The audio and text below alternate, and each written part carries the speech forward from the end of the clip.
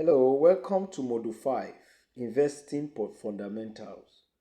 Don't forget we said the course personal finance is divided into 10 modules. So this is the fifth module. And the fifth module is all about investing. Investing is a foundational element of long-term financial growth and wealth creation.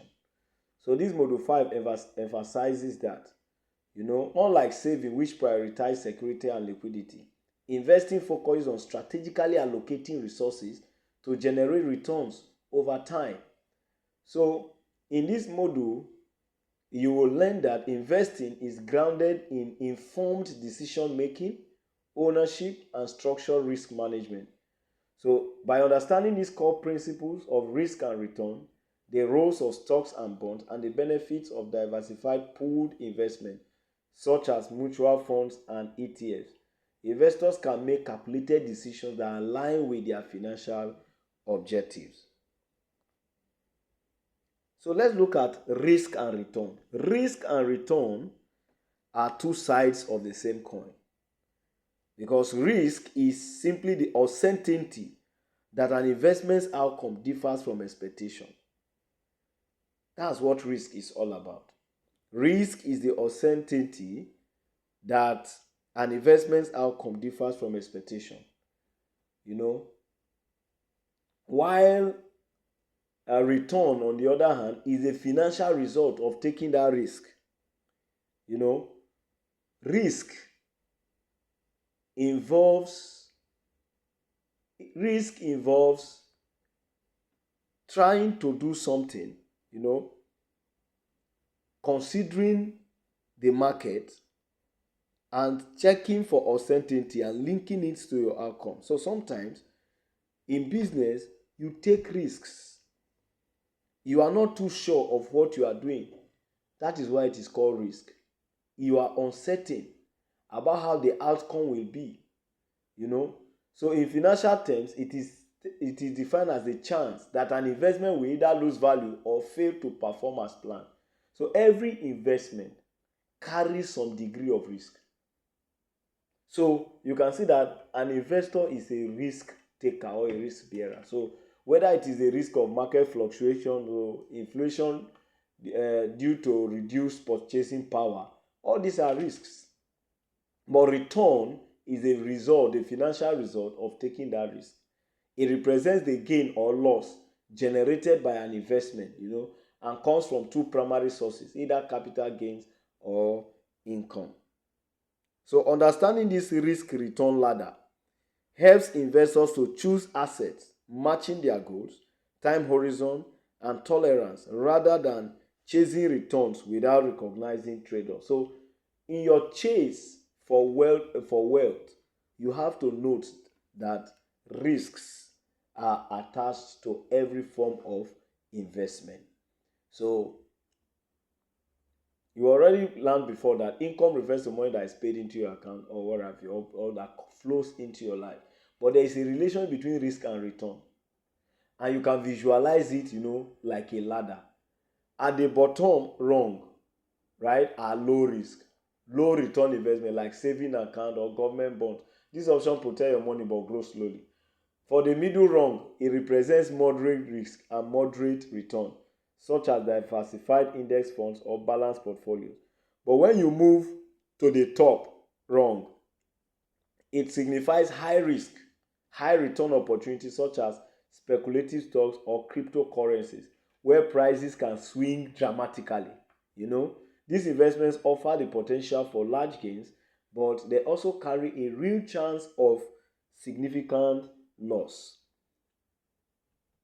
So understanding this ladder of risk and return helps investors choose investments that match their goals, time horizon, and even tolerance for risk, rather than chasing returns without recognizing that there are risks. So let's look at stock. What is a stock? Stocks and bonds are the two main investment tools. So we'll look at stock first. A stock represents partial ownership in a company. When you buy a share, for instance, you are purchasing a small claim on that company's asset and future profits. So stocks are often called the growth tool because their value can rise significantly if the business expands. So the more the business expands, the more they rise in value.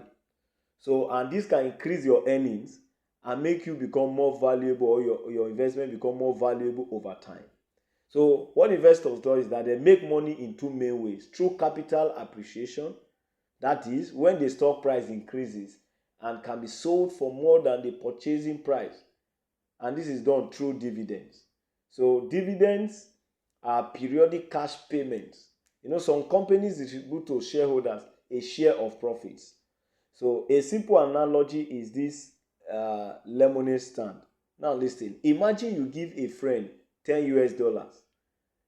Are you listening? Imagine you give a friend $10 to help improve their stand, and in return you receive a certificate stating that you own 10% of the business. If the stand becomes popular and profits grow, your ownership stake become more valuable, and you might also receive a portion of the earnings. However, just as the lemonade stand could have a bad season, stock prices can also fall if company struggles. So which is why stocks carry higher risk alongside their higher growth potential. So let's look at bonds. Bond is known as the safety tool. Buying a bond means you are acting as a lender rather than an owner. Instead of purchasing a piece of company like you do with stocks, you are just loaning money to government or corporation for a fixed period of time. In exchange, the borrower agrees to repay your original investment, called the principal, and pay you again regular investment or regular interest along the way. So you can see, so bonds are often viewed as the stability tool in a portfolio because their payments are typically predictable. You can actually predict it, and it is less volatile than stock prices. So investors make money from bonds through these scheduled interest payments, which function like income. All right. So a helpful way to think about a bond is as a former IOU. Imagine lending government. You lend your government $1,000 for say about 5 years. They now promise to pay you $30 each year as interest and return your $1,000 at the end of the term. What it means is, as long as the borrower remains financially healthy and honors the agreement, you receive steady income with lower risk than owning stocks. That is why some investors prefer to go into bonds than stocks.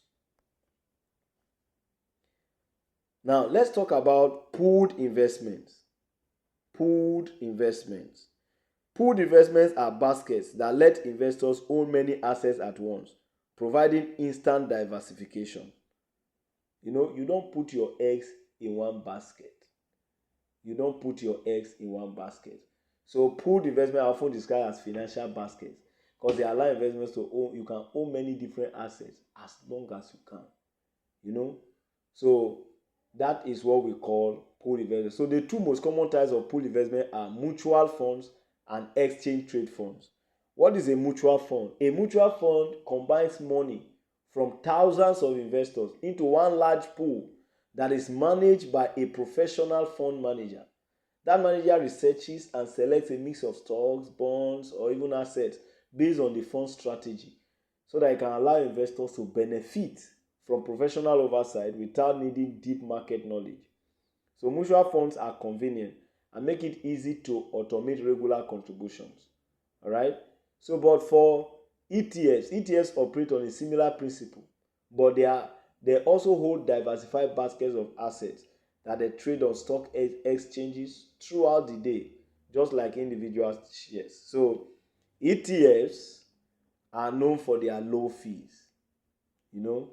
There's flexibility to buy or sell anytime the market is open, and there's strong tax efficiency. However, unlike many mutual funds, ETFs usually do not involve an active manager. You don't need a professional, an active fund manager for ETFs. You don't need that. But these two together serves as vehicles that offer practical way to spread your risk, assess diversification, and also participate in the market without needing to build any complex portfolio from scratch. Now, let's talk about risk management briefly. We already say life is unpredictable and risk is uncertainty, all right? So, successful investing is less about luck and more about managing risk. For every business you want to do, there are risks attached. So, how you manage the risks depend on how the outcome or the return will be. So, it is more about managing risk intelligently, risk management, all right? Successful investing is all about managing risk intelligently through structure, discipline, and patience. One of the most important tools is what we call diversification. You know, in the local palace, it's often say, don't put all your eggs in one basket. That is diversification. That is a way to manage your risk. So in investing term, it's called diversification. That don't put all your eggs in one basket means you diversify. You spend money across many companies. You spread it across many companies, industries, and assets. So that if one fails or one is destroyed, the other can also help you to stand. So another concept is time horizon. This refers to how long you can leave your money invested before needing to use it. Time determines how much risk you can actually or reasonably take. Money needed in the short term, typically maybe you need money within 5 years. You can keep that in safer investments like bonds or money market. But the one you don't need immediately, you may decide to put it in a one that have long time horizons. Now let's talk about brokerage accounts. These are investment platforms. Brokerage accounts are investment platforms. Cash accounts limit purchases to deposited funds. Margin accounts let you borrow to amplify gains and losses. So you have to choose accounts carefully. How you use them defines how your risk exposure is. So they are just modern tools for new investors. You can open a brokerage account, for investing. You can also work with the fractional shares. Okay. Now, there is a trap I want us to quickly look at before we close this session. Is the market timing trap. One of the most common and costly mistakes beginners make in investing is trying to time the market. What it means is timing the market means you are attempting to buy stocks when prices are low and sell them when prices are high. It sounds simple, but in theory, but in practice, it is difficult because you cannot consistently predict how you cannot consistently predict market movement. So, in your attempt to time the market, it can lead to fear-based decisions. You can sell stocks during a downturn or panic and then missing out on subsequent recovery. Maybe you buy some stock and maybe you are scared that those stocks, the market may fall or the price may drop. You now sell it. Immediately after selling it, it's possible that the stocks may rise. So that is why this market timing is considered as a trap. All right. Research shows that some of the stock market's best performing days often occur immediately after their worst days. So if an investor steps out of a market during a dip, maybe because your investment did not sell for a particular year, you decide to leave it.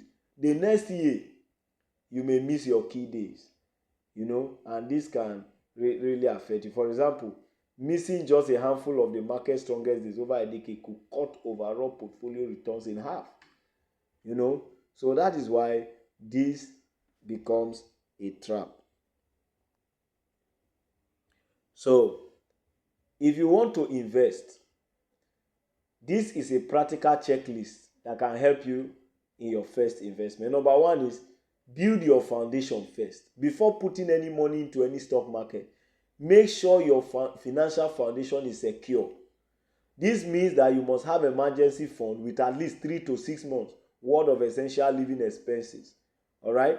So you must have emergency fund if you want to think investment. Number two is to pick a low-cost broker.